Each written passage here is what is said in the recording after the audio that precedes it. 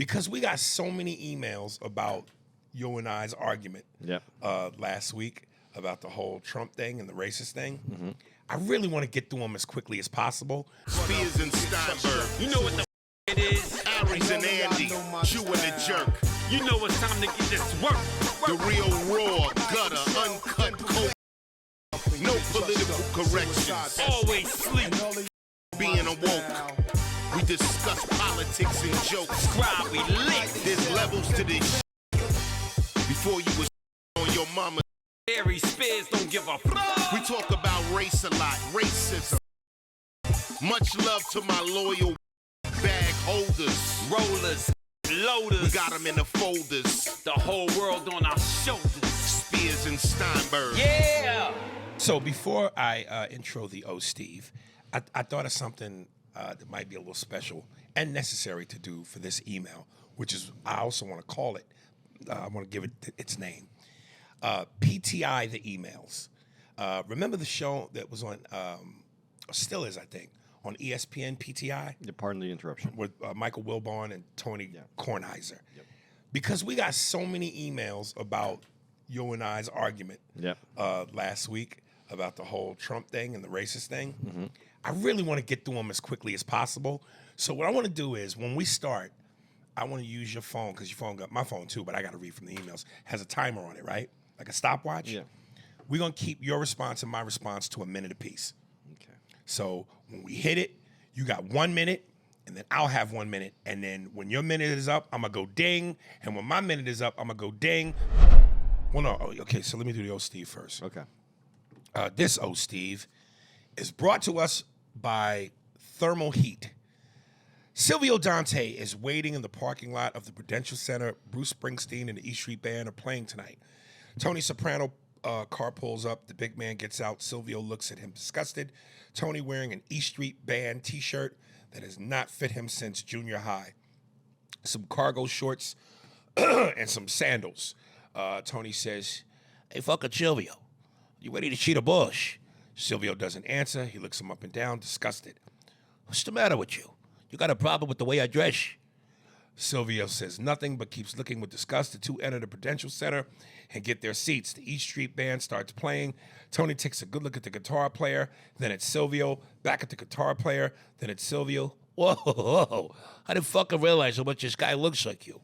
What's his name? It's little something. Van J. Oh, Steve. What'd you think? I like that he put it at the Prudential Center, so it was very real because that's where. That's Jersey. It's in Newark. Okay. So that's where they would. That's where the Devils play. Yeah. So it's perfect. Okay. All right, you ready for the PTI? Yeah, let's do it. All right, so folks, you just heard it. We about to PTI this thing. I think I just did the wrong one, but whatever. Cameron Palmer. This is Andy. Stop the Steal app. Hello, Double A. When I watched this week's Wednesday's episode, I thought Aries was going to slap the shit out of Andy during their argument. Now I understand that Andy's point of view is of what a Trump supporters would think or say. But I believe what other fans and Aries want to hear is just your point of view when discussing Trump. Now, when it comes to Donald Trump, there are tons of court documents, books, and reports proving how racist, rapist, and crook he is. I'll leave it at that. And for Aries' slave movie idea, I think you should make through AI to get people to see your point of view. Okay. Ready? Andy, go. Okay. That's great. I love everything that you said because it just points it out. Two things. One, you said there's plenty of information, and then you listed the information. And I agree, there's plenty of information. So you don't need to misquote him to put out the correct information. Misquoting him is a problem.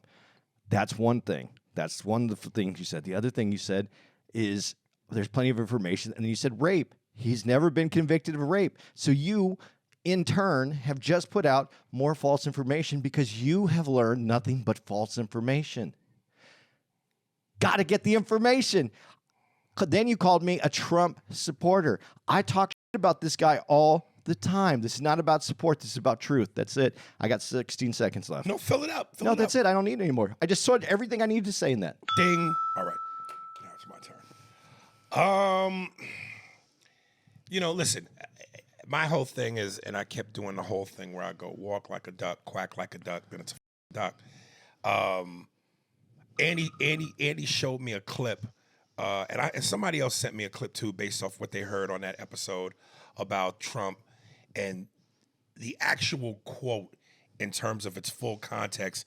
Very fine people on both sides, and the media, which to Andy's defense has been firmly adamant in saying that they play games.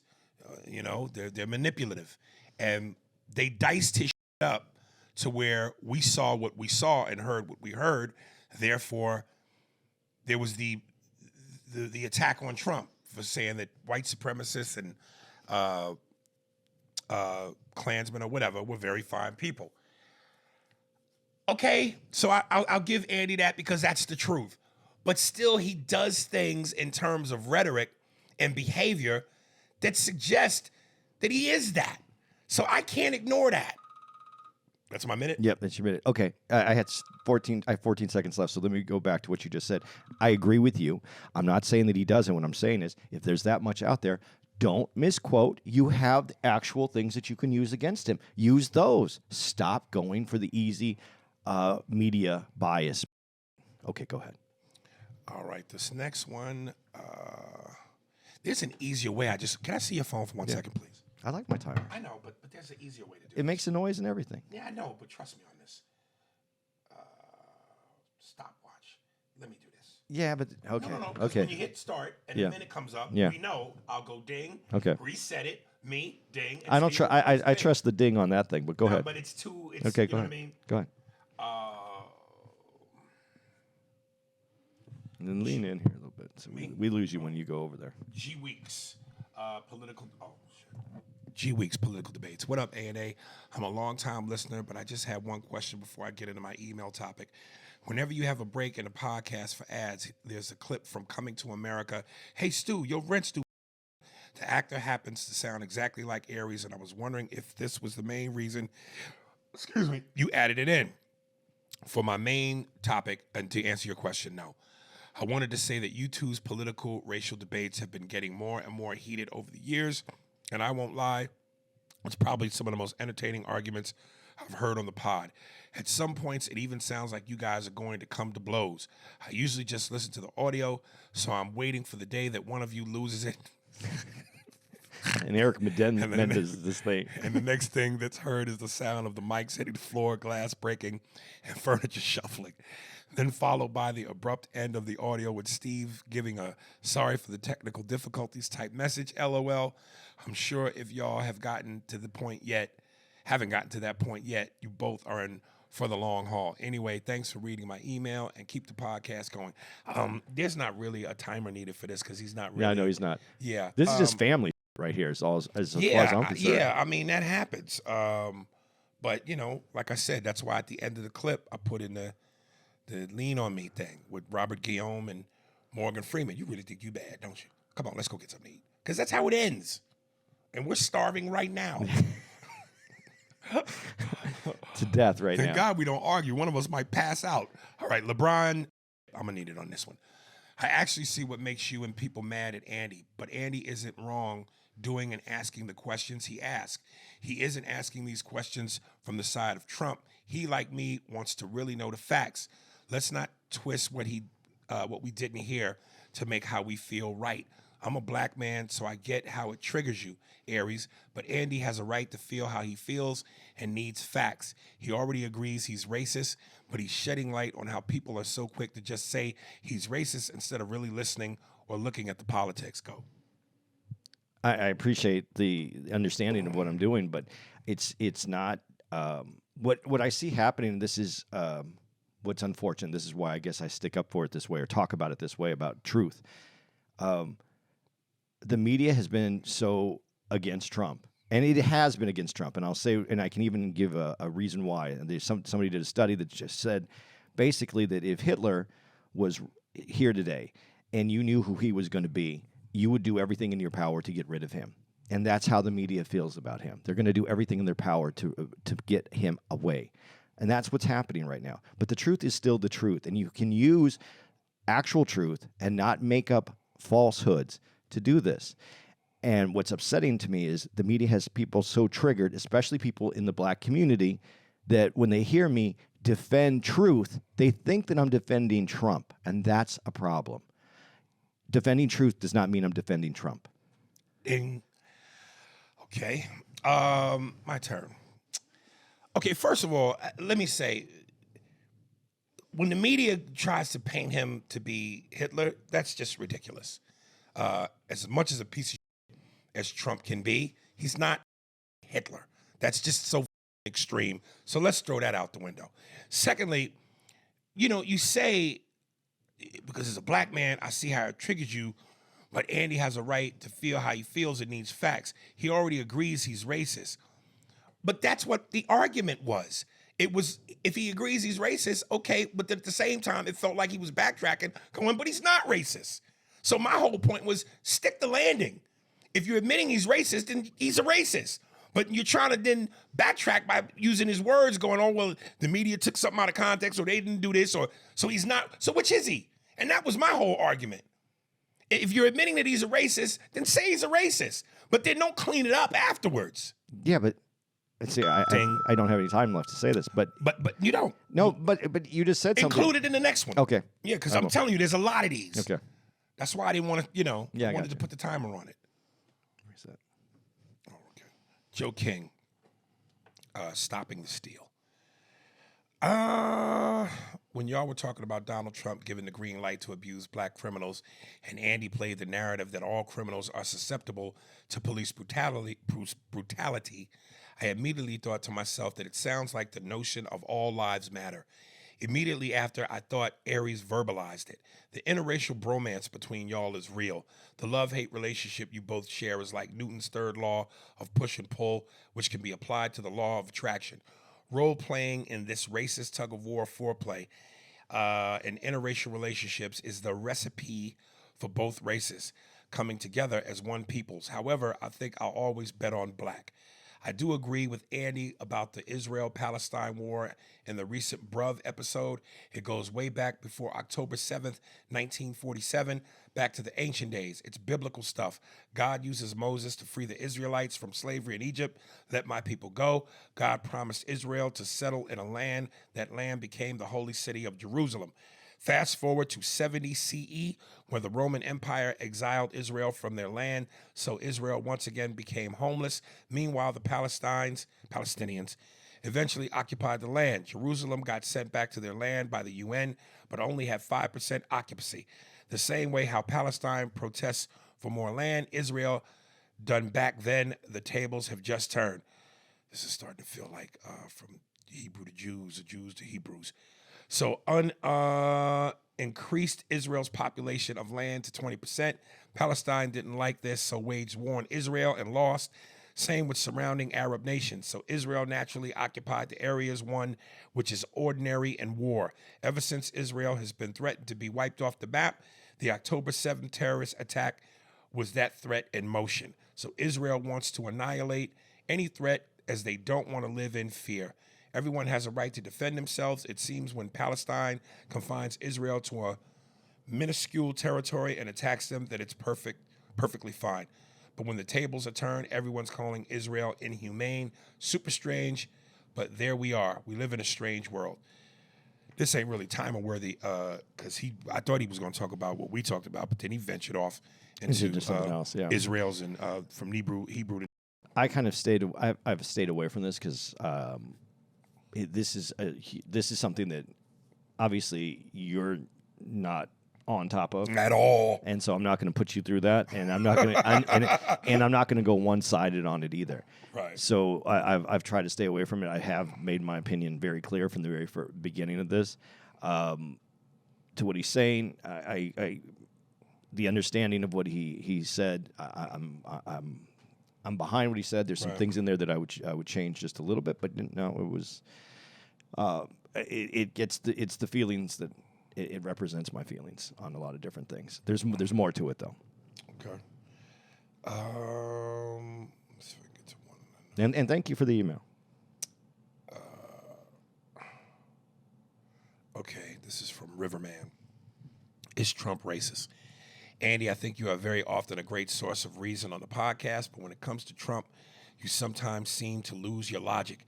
Is Trump racist? The answer is that his behavior, his words, and his actions since he became president and then after have become consistent with racism. You make the point that he wasn't vilified before he was president, but obviously he couldn't impact people in the same way before he was president. Also, Trump didn't say the things he says now because he ran for president. Trump didn't say the things he says now before he ran for president. He started saying a lot of that stuff for the purpose of running. I'm sorry, but Trump's actions prove his racism, and I'm baffled that you keep arguing with Aries about this particular point. If you fly kites, you're a kite flyer. If you say you do racist stuff, you are surprised a racist. Trump is stoking the flames of racism every day for his political benefit. He is an apologist for racists. This is not a projection. Have you ever heard of passive aggression? Narcissists use it all the time. He says very racially focused things without necessarily saying it out front so he can deny it, like being passive aggressive, which means saying aggressive stuff in a way that allows you to deny it later. He does that all the time. I often support your side of arguments because you are trying to be very fair and see all sides. But on this, I think it's a lost cause to try and parse through Trump's racism. Okay, I agree. I agree kind of with you, but you're missing the point. I agree that he's racist. By definition, he's racist. I've said that, agreed upon that. I'm just saying using media sources that have obviously permeated the our political landscape, that people misquote him on saying things that he hasn't said, doesn't get us anywhere. He has enough information out there. He's said enough things to use those things without using the media bias to prove a point. You don't have to use the media bias because it just makes us seem that we don't know, we're misquoting and not talking about him in a correct way. That opens up the door for people to say he never said that because he didn't say it that way. And that's the problem. That's what you're missing. You think it's defensive, Trump. I'm defending truth. Use the truth. It works too. Ding. Okay. And you did carry it over from where we last left off with the whole thing. Listen, man, it's hard for me to argue what you're saying because I know what you mean when you're going, don't give them any ammunition to come from a different place. Put it in the right context so we can say, we got you. I guess where I was getting upset was just, it felt like you were evading my thing, which was, I got you, what you're saying, but just don't try to paint him in this picture that we know he isn't. We know he's a racist. And your whole thing with going back with, well, because he said what? And you kept going, give me the examples of what he did that makes him racist. And then I would give you an example, and then you'd find the loophole. Where I'm going, if we know he's a racist, there are no loopholes. Even though technically I get what you're saying. That's all I was saying. Ding. Okay.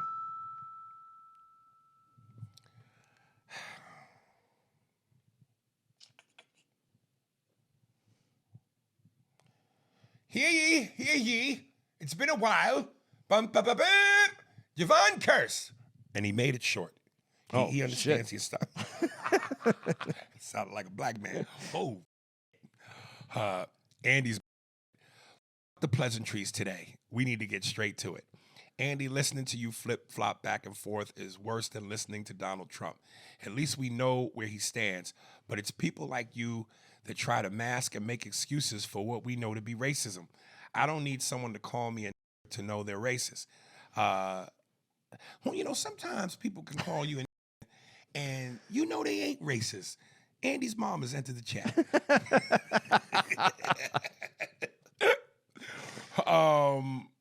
I've experienced enough racism over my 50 years, my grandmother's 66 years, my great-grandfather and his father's life to fully understand racism in this country. I'm usually the one advocating for you. Hell, we've even had a conversation for a couple hours over the phone talking about the going on between Palestine and Israel. But listening to you today sound like some right-wing Proud Boy. It's simple. You're either on the side of what's right or you're turning a blind eye and making excuses for what's wrong. Playtime is over. It's time to make a choice. The pimp hand, it's about the black fist today. Devon. Beep, beep, beep, beep.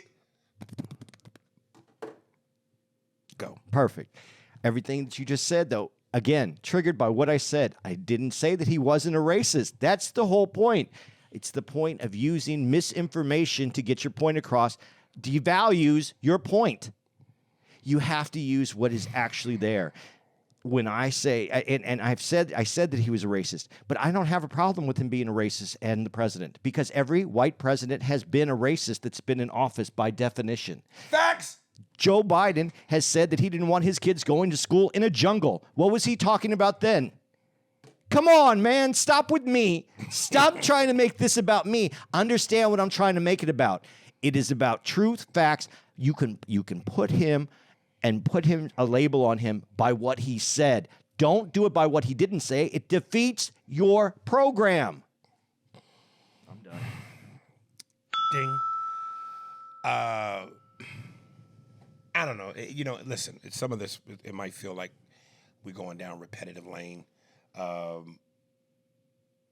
Again, I look, somebody said in the emails, and I know this to be true. Yes, because I am a black man, and yes, because of what my people have gone through, and to very somewhat large degrees, we still continue to go through. So it's hard for me to not have emotion be involved. But I also know that when you get emotional, you don't think clearly.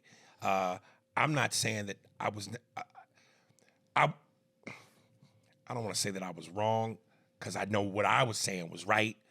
But again, I once I saw the clip, I went, okay, I understand that portion of it. I just know that in terms of my portion of it, I'm not wrong. And I think that's what a lot of black people, that's going to be their sticking point, just like it was mine. Ding.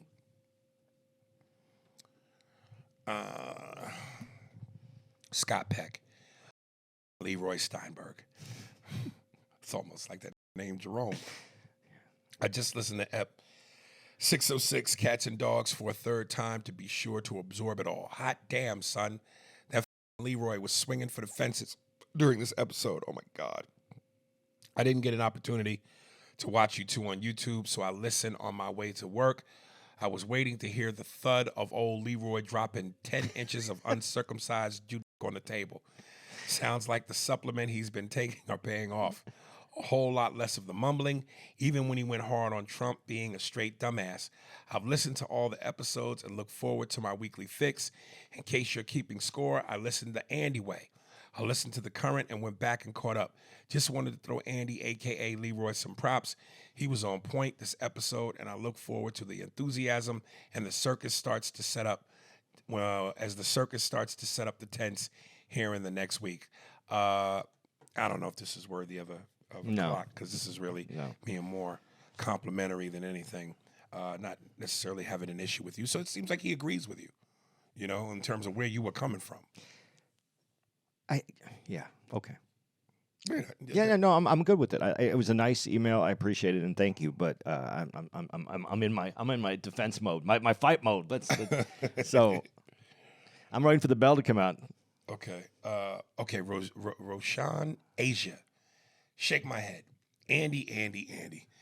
To me, it's not that you defend Trump. You just defend all white people as a Jewsican. White people do not like Mexicans or Jews. White people have enslaved Mexicans and gassed the Jewish. And every week you get on here and defend them. Like I said before, you are not white, but you want their acceptance so much. So in your own words, you got the whitest of white girls. Just admit it, fam. You play both sides. Tell Aries what he wants to hear. Go in the booth and hit that Trump button. Am I going to say it? Fake ass white boy. Oh, this is definitely worthy of. Go. See, that's funny too, because it's white when you try to define white, and that I want acceptance. I think the last thing I'm looking for is acceptance by anyone. I am not looking for any acceptance. I'm very comfortable in my skin and who I am, and it has nothing to do with white, black, Mexican, Irish, which my girl is. I love the people that I love, and that's it. And for you to come out with that, you don't know me and you haven't listened to this. Again, It's about truth. It's about knowing the truth. When you speak the truth and you use the facts to make your point, it changes. It keeps your point on point.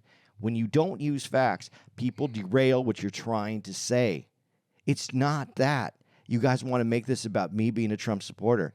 I heard somebody else on a different thing say, oh, he voted for Trump. I didn't vote for Trump. I voted for the other racist, Biden, that's in the White House right now that isn't even running the country. Ding. All right. Well, on that note, let's really nail it down. Who you vote for? I don't know. I really don't know.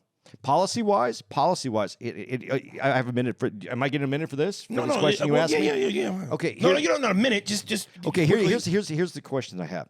I don't know who Harris is, and when I say this, I don't know who Harris is. Harris ran for president last time, and she dropped out immediately, quite quickly. I got 30 seconds. Let's just keep it what you don't know. Okay. No. Can I just say this really quick? I'll do it really quick. I'll be quick. She ran. She had policy. She been in the White House for the last 3.5 years. She had policy, and then she came out and she hasn't given out policy because the only reason I can say that she hasn't given out policy is because they haven't told her what her policy is yet. So I don't know who's running that side. I just say that Andy is not looking for white acceptance because he's already white. So if he's accepted himself, there's nobody else left to accept him. You know what? That bothers me more than anything else because I don't see myself as white. I don't see myself as anything. I don't. I know you want. I know, but Andy, you know how many times you've said on this podcast that between Mexican and white, you walk through this world more white than Mexican? I take credit that I get that advantage. That doesn't mean that I feel that way. Okay. I get the advantage of it, and I will wholly admit that I get the advantage of being seen as white, and I am admitting that there's an advantage to that. All right. Naish Dotson, stopping the steal. Yo, it's Naish. I already know Andy is about to get berated for this episode, but all he is doing is speaking logically and impartially. This conversation was important because it showed the glaring difference between Aries, who is ignorant to politics, and Andy, who isn't. Andy is speaking politically. In politics, the goal is to persuade the other side. Using words like obvious and quotes without full context will never work. All it does is give the opposing side opportunities to dismiss it. I believe this is a major problem in this country. Whether you're right or left, there seems to be no effort to persuade the other side. It's treated like sports. People follow their biased news outlets and only want to hear what their side is doing good and what the other side is doing bad. We, the people, will be the reason of our own demise, for our own demise. Appreciate the read. Peace. I'm going to make this really quick. That's one of the best emails that I think we've gotten. It sides with me, so of course I'm going to feel better about it. But it is how I feel. That describes how I feel better than I have even articulated on this because I'm articulating from a defensive posture. That was just an overview of what I actually am trying to do. I do feel that is correct, and we are so team-orientated that we are either see ourselves as right or left, and it doesn't work that way. Most of us are in the middle, and we want some good policies. We want some better things for us. And when you ask me what I'm going to vote for, I have to say that I've had 3.5 years of Bidenomics, whatever they call that, and how we were. And I do feel we were in a better place when Trump was in office until the pandemic. And what would you pick? The where we were before or what we are with this regime? Ding. You know, first of all, nigga, I don't like the word ignorant. It feels like a slight. You know, I've said, listen, man, and I've openly, if I would have said, yeah, I'm the politics guy, and then you might be able to hold that over. I have admittedly said on many occasions, I'm not a political guy. But just because I'm not a political guy doesn't mean I shouldn't have an opinion on the subject. And there are some things that I feel like, okay, I do know. But isn't it rather ironic and a coincidence that anytime somebody doesn't fit what you believe, then all of a sudden they're ignorant and they're this and they're that? When I've openly admitted that's not my forte. So why do you have to use the word ignorant? I'm going to jump on this for a second. I really would have preferred that they didn't use the word ignorant for you in that, and said that I spoke with that I was looking for a factual side, and you were speaking emotionally. Because that would have made sense to me. Okay. Because you did come at it from an emotional place, and I understand it, and that's why I'm not critical of it. But I'm really trying to do it from the fact that if you speak facts, people can't deny what you just said. When you speak just full, I can't beat you emotionally, though, because I can't disagree with your emotion. Right. But I can say that you could get further with the facts. I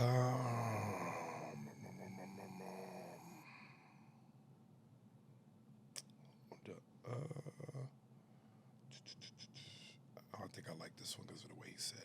Oh, yeah, definitely. This is from Charlie Burns. I am sick of that huggable Jaime. I love that. It'll crack me up when. Oh, you read this? No, you told me. You told me. Oh, right. You didn't read me the email. You just told Right. me I was called a huggable Jaime, and I just started laughing. And that's what I was.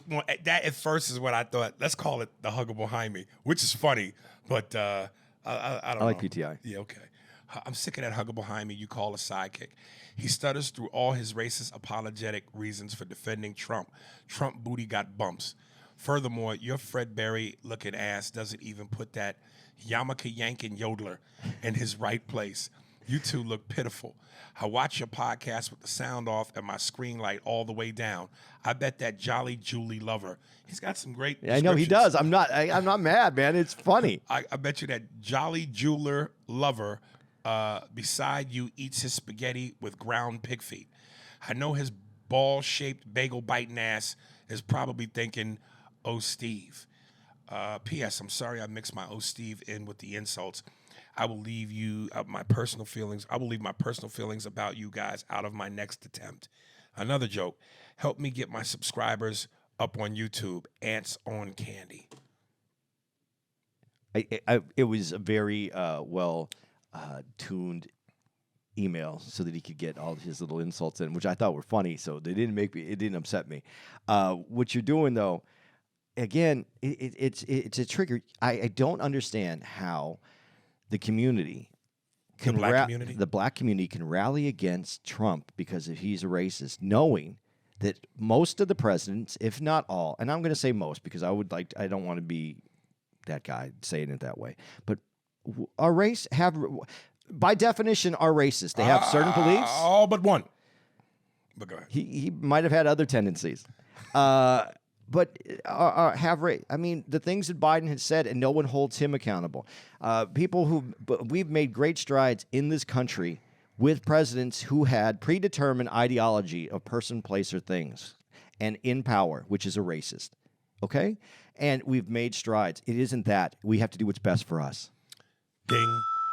I often hear you say that about people not holding Biden accountable. I think the black community has held him quite accountable because every argument I ever read on social media is, and people will assume that when you say something against Trump, and, white people go, don't forget Biden said if you ain't vote for me, you ain't black.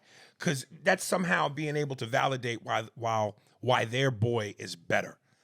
And, if I happen to stick up for Kamala or want to vote for Kamala, it's, oh, she was part of the team that said if you don't vote for Biden, you ain't black. So I think the people have held him, especially black people, the black community, quite accountable. Real quick before we go, listen, man, you catch more flies with honey than you do with vinegar. So don't ask me to help you do shit. And I'm Fred Berry, and he's a jeweler lover, and got a head the size of a bagel. Fuck out of here. Yeah, I forgot about that part. Yeah, you on that part. Yeah, I'm not going to give you any help with that. But ding. Yeah. Okay. Yeah. I know we have to move on. Do we have? Oh, you want to say something else about that? No. It's not about that. It's just about. How many years have we been in business here at the United States of America? 240 something years. I guess so. So okay, let me give you Obama. Mm-hmm. Okay, so that's 8 years. That's 232 years of racist people in the White House. Right. And changes have been made. When I said we have to do what's best for us, I mean us as a community of Americans. Us, the totality of America.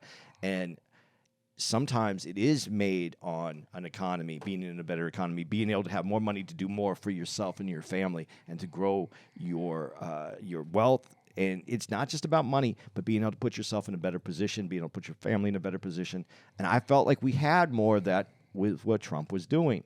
Now, there's a lot of people that can say that I'm wrong. There's economists who can say that Trump's tax cuts could put us in a worse place. There's economists that say that Trump's tax cuts actually gave the middle class a tax break. This is research for everyone to do on their own and to come up with their own decisions. When you ask me who I'm going to vote for, this is what I wrestle with. This is what I'm wrestling with right here. And if the economy is worth having someone in the White House that I don't know would have a steady hand to get us through potentially wars throughout whether it's just a regional war or a world war. I don't know if now I have to ask myself, does Trump, would he keep us out of one? But if he got us into one, would he be a steady hand? Would he maneuver in a way that I felt would benefit us in the long run down the road? That's a question that I think people have to ask themselves, and that's why I haven't made a decision. I got to be honest right now, I don't know if I could check either box. All right. It's bothering me. It's in my head. It hurts right now. Caesar Coral Flores. Just fire Andy. I'm tired of Andy never asking the question, just beating around, never answering the question, I think you meant to say. $10, a lot of money. Out of Andy never asking the question, just beating around the bush. He always defends white people and especially Trump. Also, stop saying you're Mexican. You don't even say it right. You say Mexican. Well, one day he'll say it right, and then he will have earned success. We don't claim you. You say you're not white nor Mexican at times. You don't even know what you are. Everyone I listen to, Andy, I just make that face like, shut the f up. He never defends black people, yet Ari give him the platform to even be, who the f is Ari? Give him the platform to even be famous. Otherwise, he wouldn't be even doing comedy, let alone famous. He talks all that yet Aries, a black man, gave him a platform. Why didn't any of his white friends help him out or support him if he's so buddy-buddy with white folks or Trump? And Andy always talking about subscribing or Patreon or whatever, but I would actually consider it now if he was off. Anyway, we can start a petition to get him off because he is no help. He pisses me off more than I actually enjoy the show now, and I know I'm not the only one, and glad you Aries saw it last episode too. So why don't you just fire his ass, let him argue that with somebody else with a nobody like he is? I can tell you he's pissed off because you so pissed off you said punctuation marks. Go. I would love for you to start the petition, and I would love to be able to read it because I would love to see how it would be written out. Dude, I don't claim to be anything. I told you that I was born in a different way. I was in this world different. I didn't relate to either side of who I was. I am my own person. So that's what I relate to. As far as me not being just saying it, I think I did say what I thought about Trump. I think I've said it. I don't think people hear it because they want me to say that I wouldn't vote for Trump and he's a horrible person and I think he's a disgusting racist. That's not what I'm going to say. I think he's a horrible person. I don't think he's a good guy. I don't know that he's the worst choice for our president right now. I think that most of the presidents have been in office have been racist all before him, and we've gotten to this point. I don't know what your problem is. I think you misinterpreted who I am, and I don't have a problem with that because I just don't give a shit. Ding. Dude, you're going to have a rough time with that petition. I don't know that there's enough people that feel that way as strongly as you do. And, you know, listen, I think that we and I don't know if you're black, well, Caesar Flores, so I take it you're Hispanic. But nonetheless, we're brown people. So I think that when we hear certain things, especially when Trump is the centerpiece, it tends to get us emotional. Now, I'm not saying that's not without reason, because I certainly believe there is. But when the dust settles and the smoke clears, and we can put emotion aside and try to deal with things as they factually are, there should be room for that, because that's important, because it gives balance and perspective. Ding. I didn't sound ignorant then. No. I use balance and perspective. I use words, nigga. Big words. You know, but I can tell like somebody like that they're in their feelings and they want to feel like this person has wronged them somehow. And dude, we have a history of these people. Okay, Brian Dixon. Here Andy goes again. Harry's, you need to replace Andy. I'm sick of this shit. Everyone knows police target black and brown people. Trump's rhetoric is always targeted to brown people. Whenever he says thug, criminal, low IQ, animal, immigrants, etc., it's all a dog whistle that Andy pretends to not hear. Aries, you acted too quick giving him a pass to the cookout just because he did a little DJing and a little coke in the past. It was more than that, but go. One, I never asked for a pass to the cookout. I told you guys. Well, give it back, motherfucker. I told you guys to keep your passes to the cookouts. You're too anxious to hand them out in the first fucking place. Number one. Number two. Again, it's an emotional thing that you're hearing. I have not said what any of the things that you think I'm saying. I haven't said. You can't hear me past. I don't agree with certain things that are being said because I think they're misrepresented. That doesn't mean I think he's a good person. It doesn't mean that I think he's going to be the best president. It doesn't mean any of those things.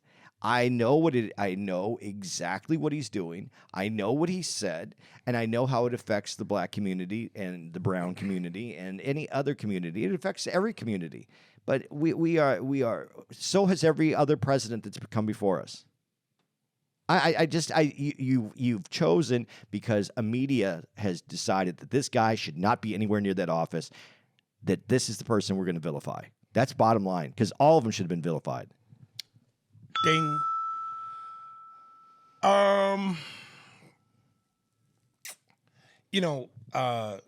The two key words in that to me is dog whistle. And again, that's my point. It's like, yes, I get you on the technical side of what the media does and how they frame things and how that's not a good thing. So, yes, we should probably do some of our own research to get to the facts and to the bottom line. But to deny that there is a dog whistle that is being blown by him, when we know, wink, wink, we know we know what that is. We know to look under. We know within the fine print what's really written there. We know he ain't being slick. We know what he's trying to do, and that's the problem I have. And when you go, the media makes him out to be this. Okay, but first he has to do those things to be put in that position, and he has no problem doing those things that put him in that position, a la the dog whistles. And that to me is where the problem is. Ding. I can feel it. You want to say something? No, yeah, go. We'll get on the next one. Yeah. There might be some people that go, man, y'all need to do this more often. Yeah, this isn't bad, actually.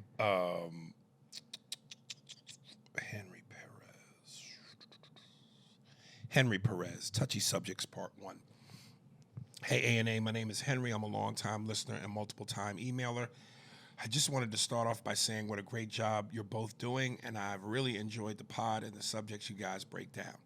Well, now with that out of the way, I wanted to get your reaction to a video that was recommended to me by YouTube that has to do with the current state of the black community. And I have to say it was a very interesting video that really opened my eyes to a lot of things. It also made me think of you guys, and since you have been on the subject of race and politics lately, I thought I would share this video with the both of you. LOL, please watch the video. It's about 18 minutes. Yeah, I have to look at this, Henry, so I have to get back to you on that.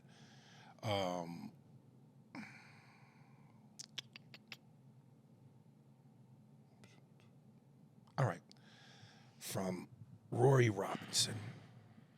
What's up, fellas? Rory Jean here. Love the pod, but I got to say, Aries, you're loudly ignorant and wrong a lot. Fuck you. Andy, you're way better than me because I'd have went the off a couple of times when your mans is yelling and calling you slurs while crying about your mom calling him a. You stay saying racist shit, and it's crazy to hear you get sensitive over it when it's your turn. Oh boy.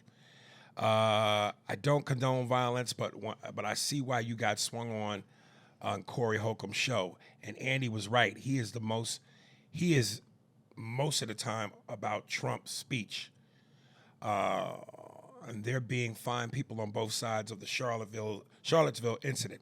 He did condemn the racists and the white nationalists right after saying that. Is Trump racist? Maybe, but he didn't say it the way you tried to spin it.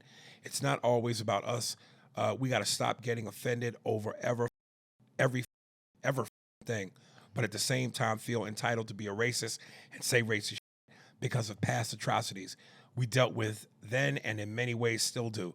It's either all can say it or nobody can say it. Say what? Andy, I with you and I commend you for your intelligence and patience because Aries stay yelling like a child and is always 80% wrong. Love the pod though. This pleases me. Can I go first? Yeah, you can. Okay, let me put my kids' clothes on. You. First of all, dude, this first kind of line. What have I said that makes me racist? Because he says I'm a racist. What have I ever said that makes me racist?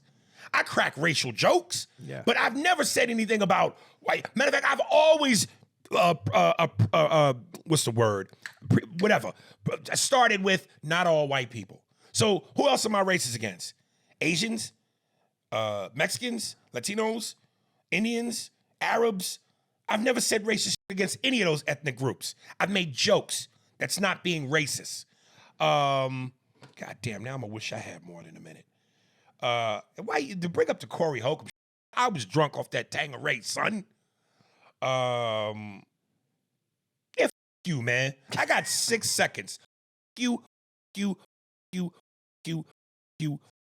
ding. Go. He did give you 20% of the time that you were right. He said 80% of the time. He gave you 20%. After listening to you, I don't even remember everything that he said in there. He mainly. I know what I wanted to say, and I don't disagree with him on. I don't like necessarily the way he said it. How about this? That's very Trump-esque that I could say. I don't necessarily like the way he said it. I don't disagree with everything that he said in there. Right. Okay. I don't think that you're racist. I think the term racist is misused today because racism, the definition of what a racist is different from what a bigot is. I think sometimes your jokes can be perceived as bigoted thoughts because they're made in the idea of punching down is I guess the way that they would say the kids say it today. The other side of this though that I want to bring up that has nothing to do with it, but it came up because of the N-word thing and my mom saying it, and I read something on a YouTube. And I don't read many of the YouTube things, but one of them that I did read is this one woman was offended because I didn't apologize. I didn't even start to fucking. Okay, well I'll get this really quick. I didn't apologize for what my mom said to you. You know why I didn't apologize? Because I don't owe an apology for what someone else does. But I called her out. I went over her house. I made her understand what she did. We had the conversation, and that's all I can do. I can't apologize for my mom. My mom f***ed up. My mom f***ed up before. Goddamn right, did. And that's how it went down. And you said that I didn't. I made excuses, and I didn't. I just told you what happened, and I don't owe an apology for it. I don't know how you feel I owe an apology for it. That's the problem. You think that I need to apologize for something someone else did. So off on that. I got so pissed about that one. Like I did everything I was supposed to do, and now I didn't apologize for it. I'm gonna read one more from our girl because it's been a while. But I think I pretty much got them all out of the way. Well, let's get it because we have to get to the show tonight too. Yeah, so we got 5 minutes. So let's go out with our girl. My Cherie Amour, pretty little girl that I adore. You're the only one my heart beats for. How I wish that you were mine. Shamar Emery. What's up, baby? It's been a minute. Hey, A&A family. One writer asked where all the badge holders are. I'm still here and haven't missed one episode. Atta girl. I only leave the front seat when I have something to say or the cat signal goes in the air. I like that. First off, my song is from Boys in the Hood when Ricky gets shot. Instead of Trey yelling, Ricky, he yells, titties. That's the titty song. Next, I have a controversial take and want both of your opinions. I don't think Halle Berry and Mark Wahlberg are good actors. Does it mean they haven't been good in specific roles? I personally find them to give one-note performances most of the time. Here's my question. Which bad actor and actress movie catalog do you enjoy the most? For me, it's Keanu. Yeah! He haven't done that in a while. He's a terrible actor, but I enjoy most of his movies. Keep up the great work. From the front seat, Shamor, President and CEO of the Badge Holders Association. I don't know that I disagree with you, babe, because I've said, to me, Mark Wahlberg's greatest acting performance is Boogie Nights. Everything else is Mark Wahlberg, you know? How much did I get Mark Wahlberg? He's Brady. The cadence, you know? He's Mark Wahlberg. And he gets paid to be Mark Wahlberg. Okay. Yeah. Halle Berry, I think really her greatest acting role and one that big is the Junkie with Sam Jackson in Jungle Fever. Yeah, because she didn't play herself. She didn't play she was beautiful and all that. Yeah.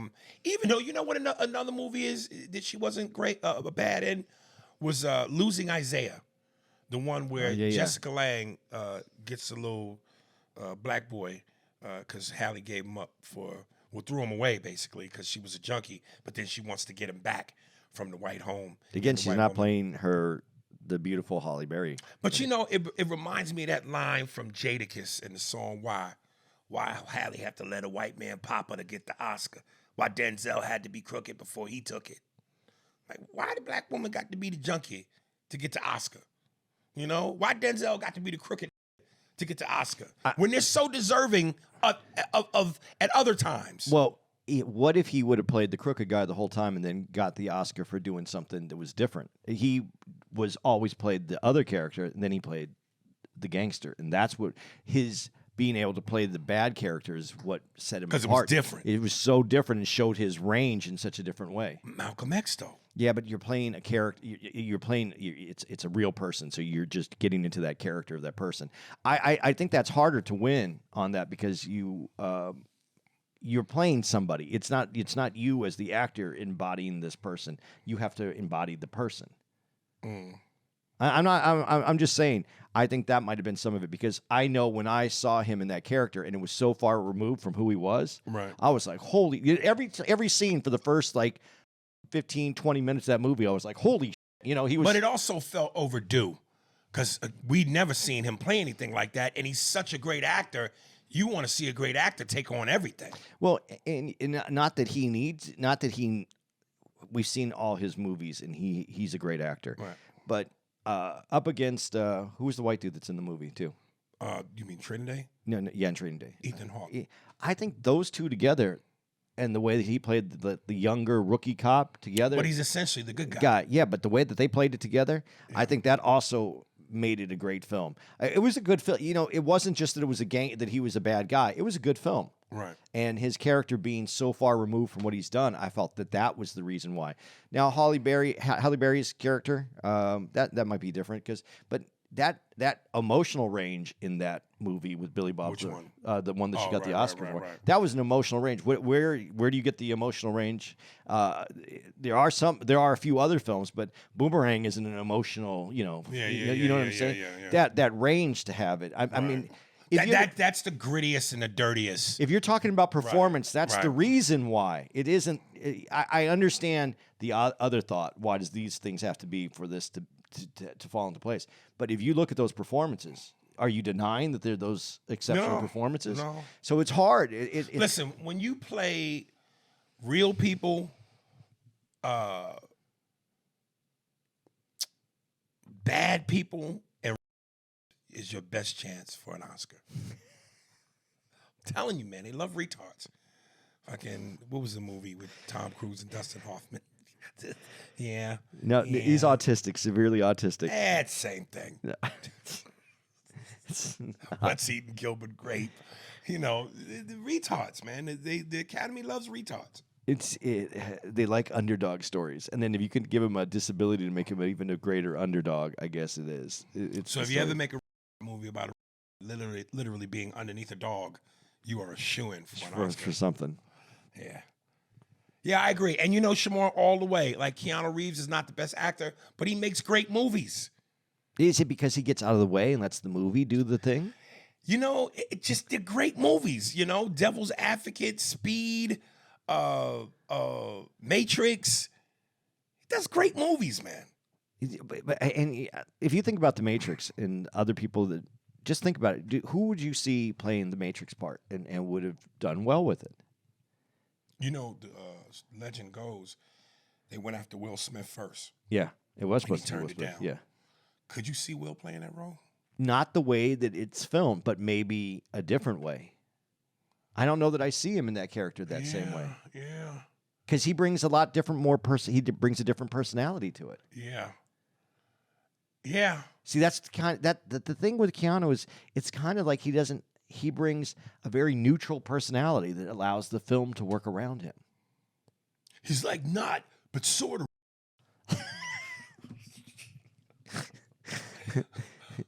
This is why you have issues. This is why people give you a hard time. Yeah.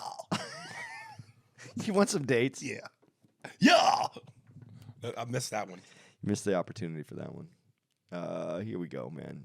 We got to do this. All right, guys. We're at Royal Oak Music Theater, October 4th, one night only. That's this weekend, Friday.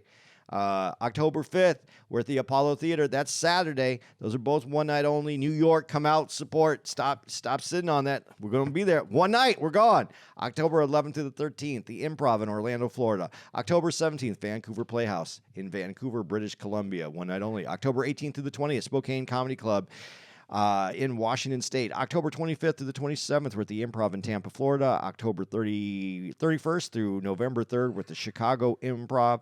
November 8th, we're at Hawaii Theater in Honolulu. One night only. November 15th through the 17th, we're at West Nyack Levity Live in West Nyack, New York. November 21st to the 24th with the Improv in Ontario, California. November 29th, one night only, Texas Trust CU Theater in Grand Prairie, Texas. December 13th to the 15th, we're at the Raleigh Improv in Cary, North Carolina. I know that sounds weird, but that's where it is. December 19th to the 22nd, Helium Comedy Club in Philadelphia. December 27th, one night only, Pikes Peak Center for the Performing Arts in Colorado Springs. And December 28th, one night only, the Paramount in Denver, Colorado. We got a show to do, so that's a show. Out. Spears and Steinberg. Thanks for listening to the Spears and Steinberg podcast. For more information on where to find us on the internet, visit spearsburgpod.com.